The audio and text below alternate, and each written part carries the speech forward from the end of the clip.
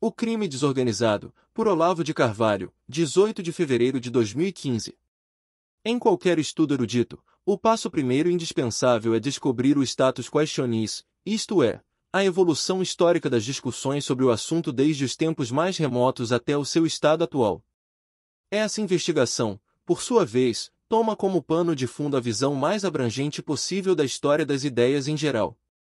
Só assim o estudioso fica sabendo onde está, em que ponto do diálogo erudito ele entrou na conversa, a quem está se dirigindo e em que lugar do mapa civilizacional está plantando a sua contribuição, se chega tanto a sua interferência no caso. Um exemplo característico é a história da literatura ocidental, em que Otto Maria Carpiaus, após narrar com mestria exemplar a evolução dos estilos, dos temas e dos gêneros, encerra o livro com uma revisão das principais histórias e teorias da história, da literatura, para situar a sua obra no devido contexto temporal e marcar a diferença específica que norteou o seu projeto de escrevê-la. Só quando um escritor, um historiador, um cientista social ou um filósofo tem essa visão abrangente e consegue situar-se a si próprio dentro dela é que se pode dizer que ele sabe do que está falando. É ela, mais que qualquer outro fator, que marca a diferença entre o profissional e o amador, entre o estudioso sério e o palpiteiro assanhado. O primeiro a enfatizar esse requisito dos estudos superiores foi Aristóteles, que iniciava sistematicamente as suas investigações por uma revisão das opiniões dos sábios sobre o tema em questão. Essas opiniões, naturalmente, não eram somente respostas diversas dadas a uma mesma pergunta, mas diferentes maneiras de articular a questão mesma, de modo que a sua simples exposição histórica adquiria o sentido dramático de uma formulação dialética do problema em todos os seus aspectos incomensuráveis e contraditórios. Desde então os recursos para a realização dessa tarefa evoluíram de tal modo, com o advento do sistema bibliográfico internacional, das traduções em massa, da indexação científica e da informação computadorizada, que hoje ninguém mais pode alegar, como desculpa para deixar de cumpri-la, a dificuldade de acesso às fontes. Status questionis e contexto histórico são tão importantes para qualquer investigação em história, ciências humanas, letras e filosofia, que em grande parte dos casos o simples esforço de adquiri-los já traz, implícita, a solução do problema a ser investigado. Não há exercício melhor nem mais indispensável para o adestramento da inteligência nas grandes questões da cultura, da política, da história e assim por diante. Também não é preciso dizer que esse é o aspecto mais negligenciado na educação universitária brasileira. Sem temor de errar, testemunho que, em 3 décadas de atividade pedagógica destinada substancialmente a uma plateia de estudantes e diplomados das universidades brasileiras, nunca, nem uma única vez, encontrei um aluno que viesse com um conhecimento histórico suficiente da evolução da sua própria área de estudos acadêmicos. O indício material mais evidente desse estado de coisas era sua ignorância completa e rasa de autores fundamentais cujas obras e ideias haviam marcado o trajeto evolutivo da disciplina supostamente estudada nos seus cursos universitários. Estudantes de direito que nunca tinham ouvido falar de Cílio Vanni, Jorge Riperto ou Higino Petroni, às vezes nem de Rudolf von Schering, porca miséria. Bacharéis em filosofia que nas minhas aulas ouviam pela primeira vez mencionar Louis Lavelle, Xavier Zubiri, Bernard Lonergan, Vladimir Soloviev ou Félix Ravaisson, cientistas sociais para os quais nada significavam os nomes de Pitirim Sorokin, Thorstein Veblen, Louis de Sturzo ou Otamar San, mestrandos em literatura brasileira, vejam só. Que nada sabiam de José Geraldo Vieira, Alfonso de Guimarães Filho, Ciru dos Anjos ou Amando Fontes.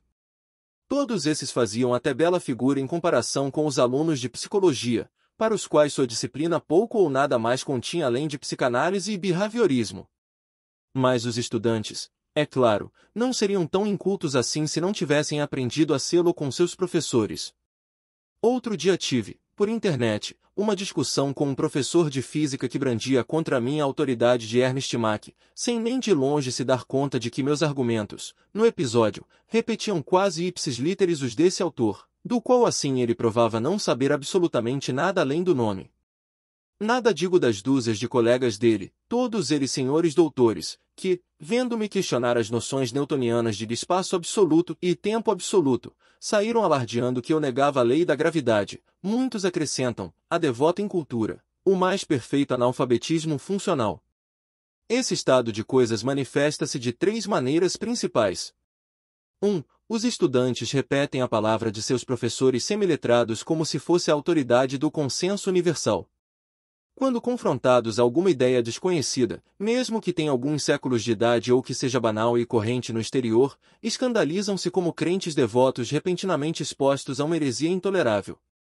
2. Reforça-os nessa atitude o prestígio de uns poucos autores, não raro de importância periférica, lidos fora de todo o contexto histórico e sem pontos de comparação, cuja palavra é tomada, pelo simples fato de ser recente, como se fosse o cume insuperável da evolução humana, ainda que seja cópia de alguma ideia milenar ou uma tolice já refutada há séculos.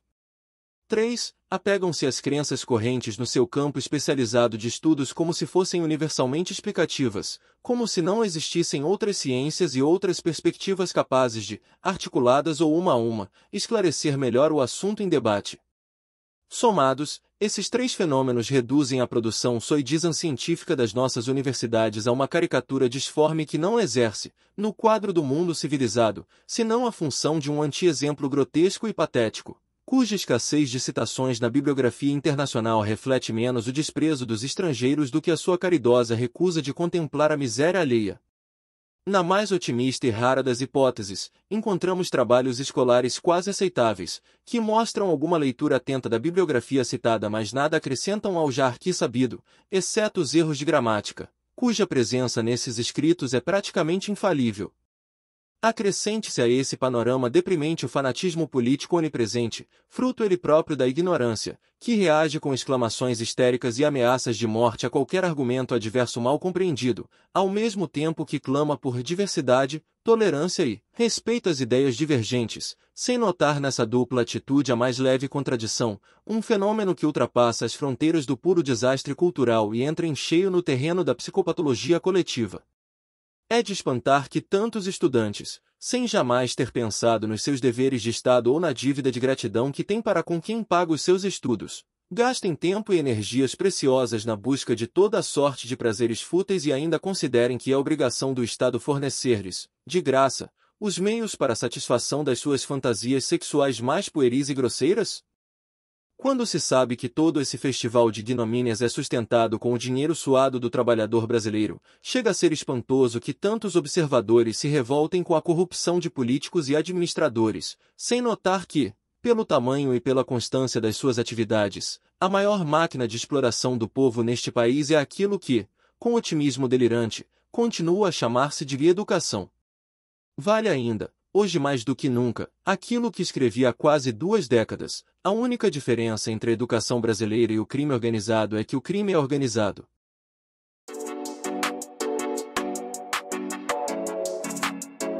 Não se esqueça de curtir esse vídeo e se inscrever no canal.